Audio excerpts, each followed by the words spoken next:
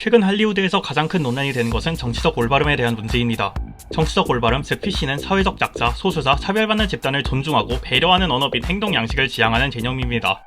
주로 성별, 인종, 종교, 장애, 성적 지향 등에 대한 편견이나 차별을 줄이기 위해 기존의 용어나 표현을 중립적이거나 포용적인 방식으로 대체하는 것을 포함합니다. 최근 할리우드는 여러 차별적인 요소, 편견이 담긴 문화 매체를 줄이고 평등함을 감수하기 위한 일련의 정책을 추진하고 있는데 이건 역시 PC의 일환입니다. 주요 블록버스터 영화의 유색인종 캐릭터 캐스팅, 시상식에서의 다양성 강조 등은 이러한 할리우드의 PC 반영이라고 할 수 있습니다. 그러나 동시에 할리우드의 PC는 상당한 논란에 시달리고 있는 지향점이기도 합니다. 미국 내에서는 PC라는 말보다는 워크, 즉 깨어있음이라는 말이 더 많이 사용되는데요. 워크라는 말은 진보 지식인들의 위선, 즉 깨어있는 척하는 엘리트들을 조롱하는 뉘앙스로 주로 사용됩니다. 주로 다양성을 위한 다양성을 표방하면서 예술적 완성도가 떨어지거나 혹은 원작의 메시지를 훼손하는 것이 다양성의 이름 아래 정당화된다거나 혹은 특정 인종과 성별이 주연을 맡았다는 이유만으로 더 높은 평가를 받는 역차별이 일어난다면서 PC에 반발하는 목소리가 적지 않죠.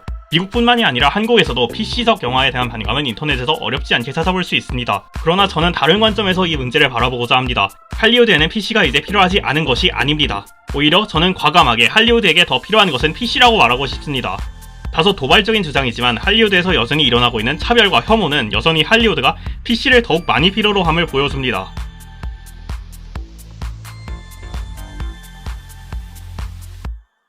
미국 내에서나 그리고 한국에서나 가장 논란이 되는 PC의 쟁점은 블랙워싱입니다.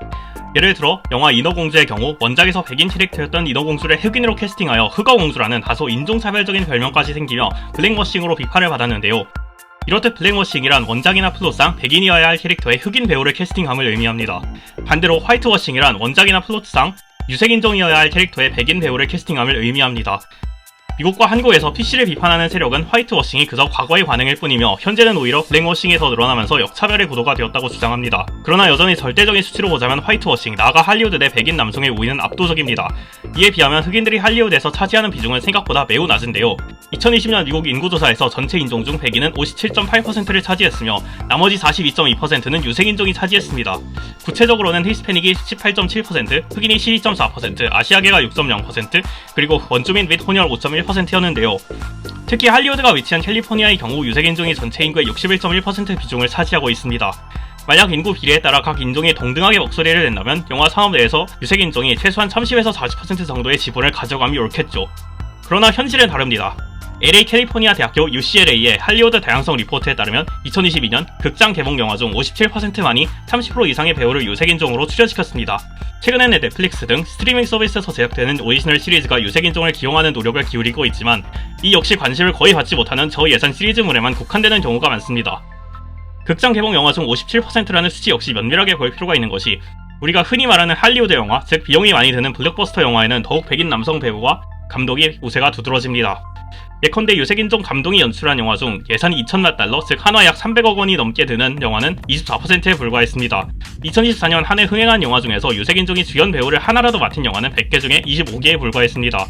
이는 여전히 문화산업에 막대한 영향을 미치는 블록버스터 영화가 백인 남성의 전유물임을 보여줍니다. 심지어 디즈니조차 이러한 논란에서 자유롭지 못합니다. 2024년 영화 산업의 통계를 보자면 그나마 파라마운트 픽처스는 자신들이 제작한 영화 33%의 유색인종을 주연 배우로 기용했으나 디즈니의 경우 이 수치는 20%에 불과했습니다. 단적으로 보더라도 디즈니가 현재 판권을 소유하고 있으며 2010년대 전 세계를 휩쓴 마블 시리즈에서도 히어로의 캐스팅 배우들은 대부분이 백인 남성이었습니다. Respectfully disagree. I prefer the weapon you only have to fire once. That's how Dad did it. That's how America does it.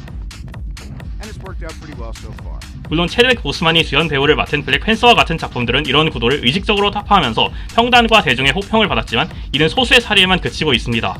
마블뿐만이 아니라 DC 코믹스의 영화들도 대부분 백인 남성들을 캐스팅하고 있습니다.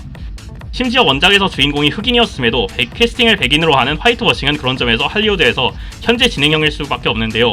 가장 대표적인 영화가 2020년 개봉한 히어로 영화 뉴 뮤턴트입니다. 뉴 뮤턴트의 원작 코믹스에서 주인공인 선스팟은 아프리카계 브라질인으로 14살 때 축구 경기에서 인종차별을 당한 것에 각성하여 힘을 얻게 되었다는 설정을 갖고 있습니다. 그런데 뉴 뮤턴트에서 선스팟 역을 보는 배우 헨리 자가는 포르투갈계 브라질인으로 백인이었죠. 이는 인종차별에 분개하며 각성에 힘을 얻었다는 원작의 메시지를 훼손한 것은 물론 인구가 1200만 명이 넘는 브라질 흑인들을 무시한 처사라는 비판을 받았는데요. 정작 감독은 자신이 인종차별에 대해 신경 쓰지 않는다라며 원작의 메시지에 대해서 이해하지 못하는 망언을 하여 심각성을 알지 못하는 모습을 보였습니다. 물론 이러한 사례들은 인어공주와 빚은 엄청난 논란에 비하면 잘 알려지지 않았지만 사실 인종차별을 비판하며 흑인의 주인공으로 등장시킨 코믹스에 백인 배우를 기용하고 인종차별 논란에 의식하지 않는다는 식으로 대응한 것이야말로 가장 심각한 원작 훼손이 되지 않을까 합니다.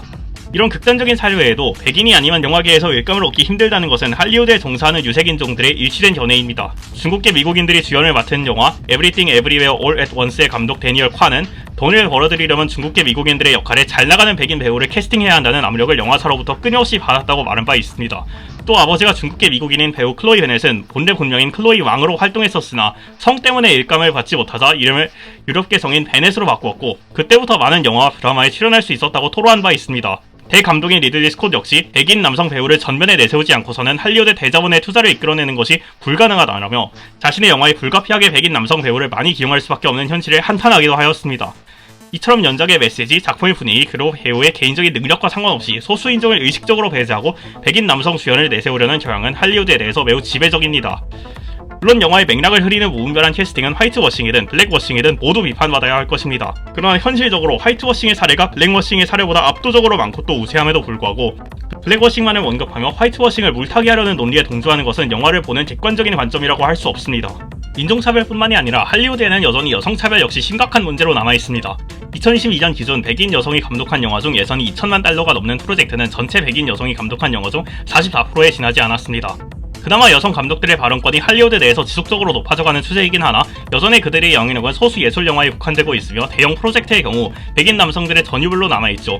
심지어 얼마 전에 PC로 논란이 된 영화 백설공주조차 감독과 제작자가 백인 남성이었습니다. 배우에게도 문제는 심각합니다. 2024년 기준으로 여성 배우가 주연을 맡은 영화는 할리우드 내에서 흥행한 작품 100개 중에 51개를 차지했습니다. 그러나 세부적으로 들어가 보자면 여전히 여성 배우가 영화 내에서 받는 대접은 처참합니다. 극소수 여성만이 대사를 부여받고 절대 다수의 여성들은 여전히 배경인물로만 존재하기 때문입니다. 단적으로 미국 흥행순위 영화 900개 중 영화 안에 주요 대사가 있는 여성 캐릭터의 비율은 전체 여성 캐릭터 중 31.4%로 남성의 반에도 못 미쳤습니다. 백델 테스트는 이를 평가하는 중요한 기준 중 하나인데요. 백델 테스트란 영화의 주요 캐릭터 중 2명 이상이 여성이며 그들이 나누는 이야기의 주제가 남성 외의 것이어야 하는 테스트입니다. 생각보다 많은 할리우드 영화가 이 기준을 통과하지 못하는데요. 일례로 2009년부터 2018년까지 각 해에 가장 흥행했던 영화 500여 편을 조사한 결과 백델 테스트를 통과하지 못하는 영화가 49.4%로 전체의 절반에 가까웠습니다. 물론 백델 테스트를 통과한다고 무조건 여성 친화적인 영화는 아니며 백델 테스트를 통과하지 못한다고 하여 무조건적으로 남성 우월주의가 반영된 영화라고 할 수는 없을 것입니다. 그러나 이러한 수치는 여성들이 영화에서 얼마나 형편없는 발언권을 부여받고 있는지를 보여줍니다. 또 여성 배우는 출연료에 있어서도 숱한 차별을 겪고 있기도 합니다. 2019년 기준으로 남성 배우는 여성 배우에 비해 평균적으로 110만 달러, 하나 약 15억 원 정도 더 높은 출연료를 받는다는 위스콘신 대학의 조사 결과도 있습니다. 일례로 2014년 개봉한 아메리칸 허슬의 경우 남성 주연 배우 크리스턴 베일은 45일간 촬영을 한 이후 250만 달러의 출연료를 받았습니다. 반면 같은 여성 주연 배우인 에이미 아담스는 45일간 촬영을 한 이후 125만 달러의 출연료를 받았습니다.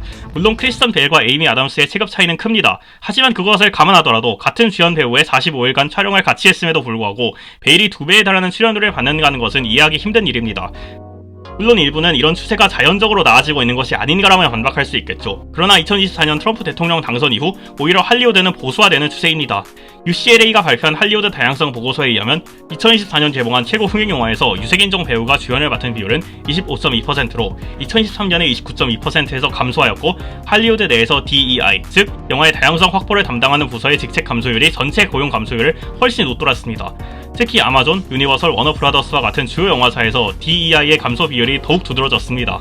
더구나 트럼프 대통령은 비욘세와 같은 진보 성향 연예인들을 저격하며 직접 문화예술계에 개입하려는 움직임까지 보이고 있습니다. 이러한 사실들은 얼마나 할리우드가 백인 남성의 전유물이며 여전히 PC하지 못한지를 보여줍니다.